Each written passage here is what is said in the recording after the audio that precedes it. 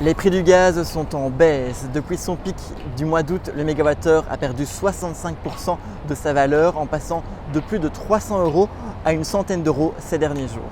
Alors comme ça, forcément, on se dit que c'est une bonne nouvelle, mais c'est quand même à nuancer quand on prend un petit peu de recul et qu'on regarde les prix d'il y a 2 ans. On était 5 fois plus bas à des prix qui oscillaient autour de 20 € le mégawattheure. Du coup, qu'est-ce qui explique cette baisse de prix? Est-ce qu'elle est durable et surtout est-ce qu'elle va se faire ressentir sur vos factures? On va essayer d'y voir plus clair.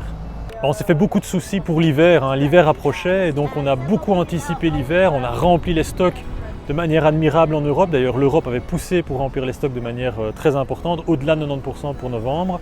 On y est, on a tout rempli et on a un peu diminué notre consommation au niveau industriel. On a fait des efforts, on a anticipé également un prix très élevé. Pour certains c'était simplement une destruction de la demande parce que le prix était trop élevé. Et puis le dernier élément, le dernier ingrédient, c'est qu'il fait chaud. Et donc notre consommation, en tout cas dans tout ce qui est résidentiel et chauffage des bâtiments, est extrêmement faible, voire quasi inexistante, sauf pour l'eau chaude sanitaire. C'est très compliqué de dire ce qui va se passer dans les prochains mois, il faudra avoir une boule de cristal. Certains annoncent du 80 € le mégawattheure, on a entendu ça. Moi j'ai plutôt tendance à être conservateur par rapport à ça et ne pas du tout voir comme les prochains mois comme quelque chose qui vont aller mieux. Bon, du coup, on l'a compris, difficile de savoir ce qui va se passer sur les marchés dans les prochaines semaines. Mais malgré tout, est-ce que la baisse observée depuis le mois d'août, on peut espérer la voir se répercuter sur nos factures de gaz et d'électricité? Je vais aller poser la question à la FEBEG, c'est la fédération du secteur des producteurs et des distributeurs d'énergie en Belgique.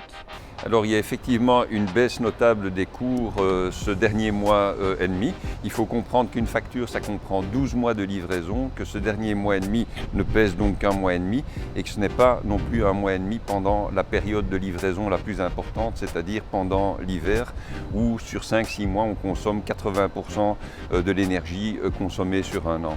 Et donc l'hiver qui est devant nous va décider de beaucoup de choses. Donc quel hiver allons-nous avoir? Les événements géopolitiques, etc. Ces baisses et ces hausses vont toutes se traduire dans la facture finale des clients, au prorata de leur consommation, au moment où leur consommation aura eu lieu et en fonction du tarif qui est applicable à leur facture à ce moment-là, s'ils sont dans un tarif variable. Bon, du coup, la baisse sur les marchés, c'est effectivement une bonne nouvelle, mais ce qui va vraiment compter pour votre facture de régularisation, c'est les prix qui vont être d'application en plein cœur de l'hiver, quand on chauffera tous nos intérieurs. C'est là qu'on consomme le plus et c'est là que ça va faire toute la différence. Pour suivre justement l'évolution des prix, mais aussi toutes les actus et les bonnes astuces pour économiser sur votre facture, rendez-vous sur leco.be/crise énergétique.